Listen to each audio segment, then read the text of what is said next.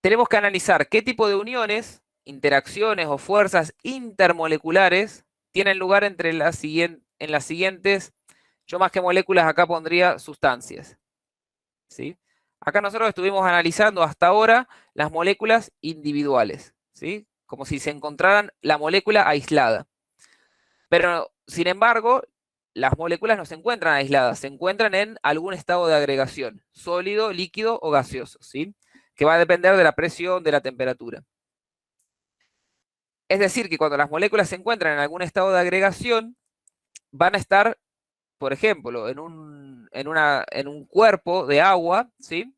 Van a estar las moléculas interaccionando entre sí, de alguna manera.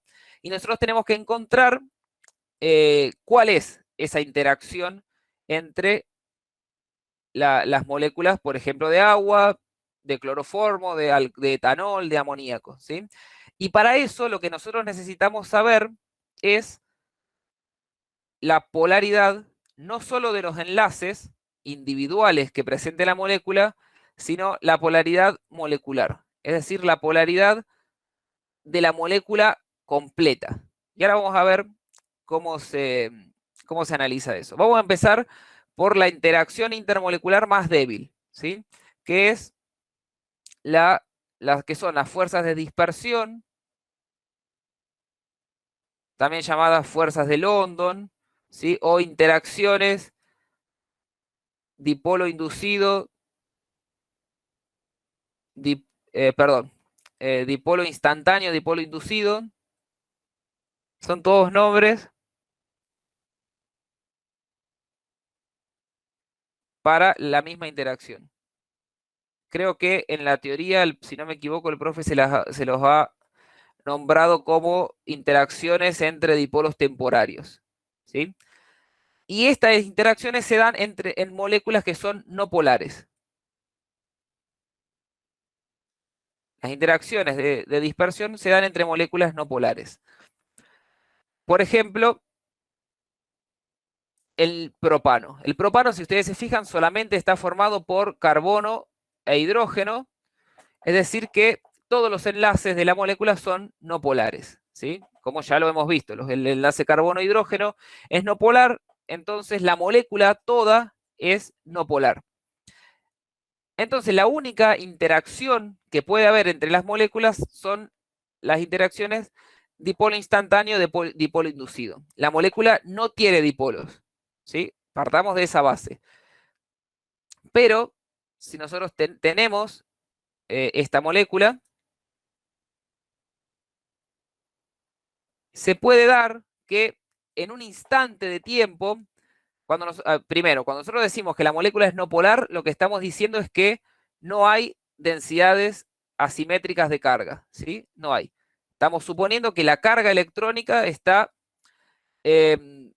distribuida en la molécula de manera simétrica, ¿sí? De manera que la molécula es no polar. Pero los electrones se están moviendo y puede suceder que en algún instante de tiempo, al azar, aparezca, por ejemplo, en este extremo de la molécula, una aglomeración de electrones, ¿sí? Entonces, instantáneamente, en ese instante, aparece una densidad de carga negativa y genera que en el otro extremo de la molécula aparezca una densidad de carga positiva, ¿sí?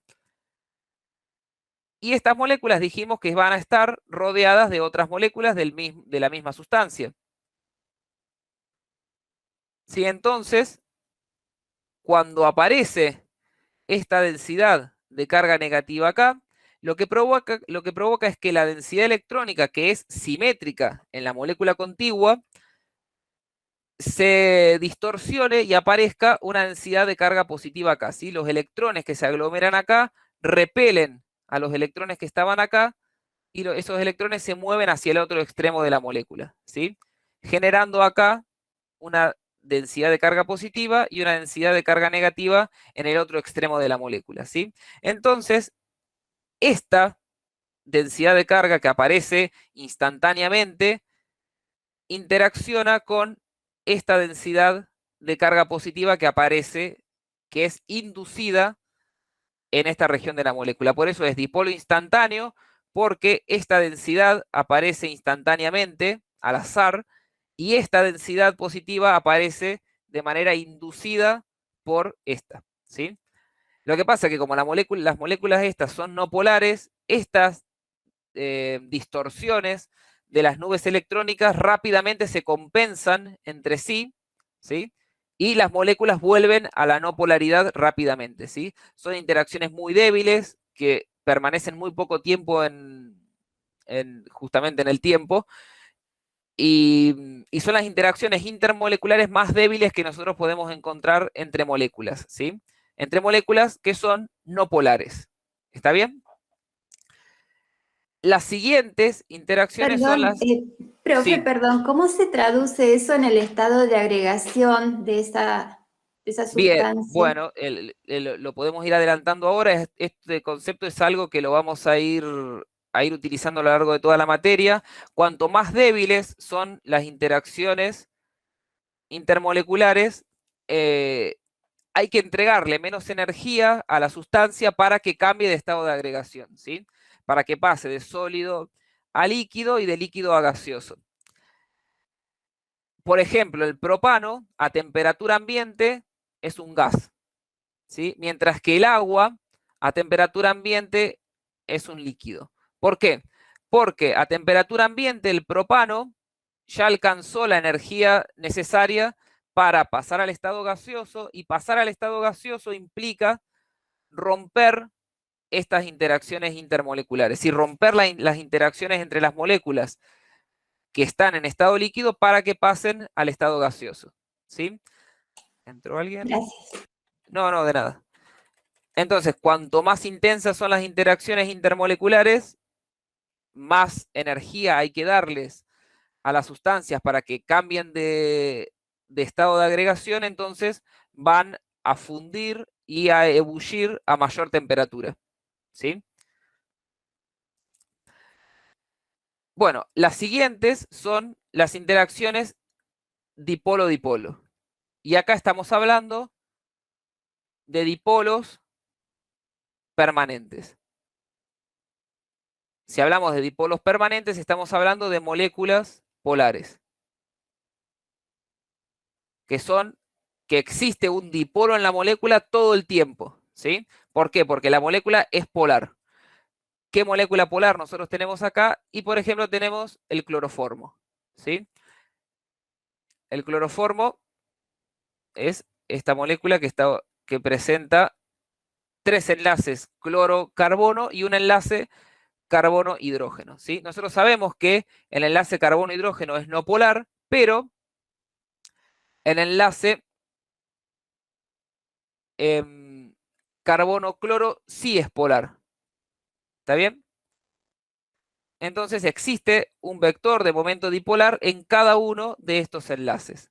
Si nosotros los sumamos vectorialmente, teniendo en cuenta su disposición geométrica en el espacio, encontramos que esos dipolos no se anulan entre sí, sino que dan un dipolo resultante, que es la suma, obviamente esto no está en escala, pero es la suma de los tres vectores. Entonces la molécula de cloroformo es una molécula polar. ¿Por qué? Porque los vectores de enlace, los vectores de momento dipolar de enlace no se anulan, sino que se suman, es decir, existe una contribución de cada uno a el momento dipolar molecular, ¿sí? El momento dipolar total de la molécula. Entonces esto provoca que la molécula sea polar. Ya no estamos hablando del enlace, sino que estamos hablando de la molécula, ¿sí? Entonces las moléculas polares van a tener siempre una densidad permanente de carga negativa sobre una región de la molécula y una densidad de carga positiva sobre otra región de la molécula, ¿sí? Esto va a hacer que las moléculas interaccionen, cuando nosotros tenemos dipolos permanentes, las moléculas interaccionan de este tipo, ¿sí? La densidad negativa de una molécula se orienta de tal manera con otra molécula para que se establezca esta interacción dipolar. Las interacciones dipolo-dipolo, entonces, en energía, son mayores que las interacciones de dispersión, ¿sí? O de dipolo instantáneo, dipolo inducido. ¿Por qué? Porque la diferencia de electronegatividad entre los elementos, perdón, entre los átomos es grande y estos dipolos existen todo el tiempo, ¿sí? Bueno, y por último, el otro tipo de interacción es la interacción puente de hidrógeno, que es una interacción,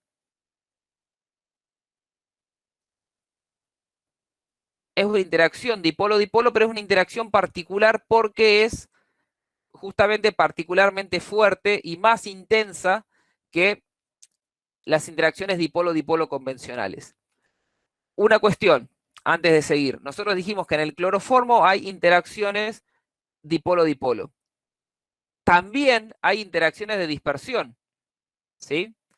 Implícitamente las interacciones de dispersión existen en todas las sustancias, pero como las interacciones dipolo-dipolo son mucho más intensas, en general nosotros las obviamos a las interacciones de dispersión, ¿sí? Pero tengan ustedes presente que si nosotros decimos que en determinada sustancia hay una interacción, hay interacciones dipolo-dipolo, también hay interacciones de dispersión. Lo que pasa es que son tan poco energéticas que podemos despreciarlas, pero existen, ¿sí? Bueno, las interacciones puente-hidrógeno se dan cuando en las moléculas aparecen enlaces nitrógeno-oxígeno, perdón, nitrógeno-hidrógeno y oxígeno-hidrógeno. ¿Bien? Entonces, siempre que nosotros encontremos moléculas que tienen estos enlaces, las moléculas van a presentar interacciones puente de hidrógeno, que ahora las vamos a ver rápidamente cómo son. Entonces, lo mismo que dijimos recién, si las moléculas presentan interacciones puente de hidrógeno, también van a presentar las otras dos. Pero, como son menos intensas, nosotros decimos que presentan simplemente interacciones puente de hidrógeno. Pero tengan presente que las de menor energía también están. Nosotros tenemos una molécula de agua, que es una molécula polar. Podemos hacer el mismo análisis y encontrar que existe un vector de momento dipolar molecular que apunta desde los átomos de hidrógeno hacia el átomo de oxígeno, provocando que haya acá una densidad de carga negativa y acá una densidad de carga positiva. Entonces, en principio, las moléculas de agua podrían interaccionar a través de interacciones dipolo-dipolo. Pero, sin embargo, este enlace, estos enlaces hidrógeno-oxígeno, estos enlaces hidrógeno-oxígeno son extremadamente polares, ¿sí? Si ustedes calculan la diferencia de electronegatividad de estos enlaces, van a ver que son enlaces muy polares, ¿sí? Entonces, y además las moléculas de agua tienen estos pares de electrones, ¿sí? Libres, sobre los oxígenos. Entonces las moléculas de agua, además de interaccionar mediante interacciones dipolo-dipolo, interaccionan con este enlace particular, que es el enlace puente de hidrógeno. ¿Y cómo se produce? Nosotros vamos a tener que una molécula de agua va a actuar como donora de puente de hidrógeno a través de este enlace, y otra molécula de agua adyacente va a actuar como aceptora de puente de hidrógeno a través de este par de electrones libres, ¿sí? Y la interacción entre la molécula es esta, que es la que se llama justamente la interacción puente de hidrógeno, ¿sí? Entonces ustedes pueden ver fácilmente que una molécula de agua individual puede formar hasta 4 interacciones de hidrógeno o puente de hidrógeno, 2 actuando como aceptora de puente de hidrógeno a través de los dos electrones, de los dos pares de electrones libres sobre el oxígeno, y otras 2 interacciones actuando como donora de puente de hidrógeno a través de los dos enlaces hidrógeno-oxígeno. Esto mismo ocurre, por ejemplo, para el amoníaco. ¿Sí? El amoníaco puede actuar como la molécula como aceptora de puente de hidrógeno a través de este enlace y como donora de puente de hidrógeno a través de los enlaces nitrógeno hidrógeno, ¿sí?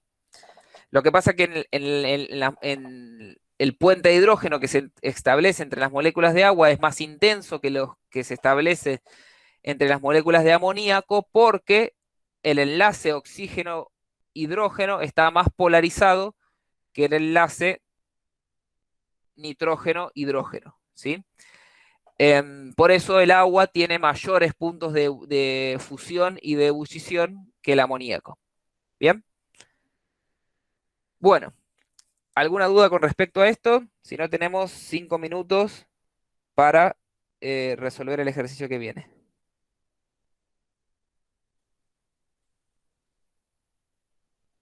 A ver si alguien escribió en el chat. Creo que no.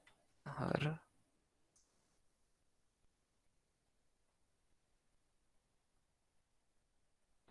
Profe, le hago una pregunta. Sí, decime. ¿Simplemente hay que poner el tipo de unión o hay que desarrollar en el ejercicio? Algún tipo de desarrollo, alguna representación tenés que hacer, por ejemplo, para mostrar si la molécula es dipolar o no, ¿sí?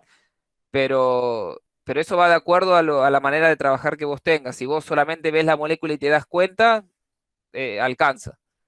Pero tenés que saber representar, hacer todo este tipo de análisis y representaciones porque eventualmente en algún momento en el examen o en algún lado te lo pueden llegar a pedir, ¿sí? Profe, Bueno, gracias. ¿y cómo sería la D? Bien, la Porque D tiene una... Ujú. es el etanol. Si la molécula de etanol es esta molécula que tiene un enlace oxígeno-hidrógeno, ¿sí? Es una molécula polar, los alcoholes en principio son polares porque tienen este grupo funcional, pero como tienen la presencia de este enlace oxígeno-hidrógeno, el etanol presenta interacciones puente-hidrógeno, ¿sí? Lo mismo para las aminas. Los alcoholes, fíjense que los podemos ver como que son derivados del agua, ¿sí? Porque la molécula de agua es así. Entonces, fíjense que los alcoholes reemplazamos este hidrógeno por una cadena hidrocarbonada, ¿sí? En las aminas ocurre lo mismo. Las aminas nosotros podemos pensarlas que son derivadas del amoníaco. Suponete que tenés el amoníaco así, que dijimos que puede presentar interacciones puente hidrógeno.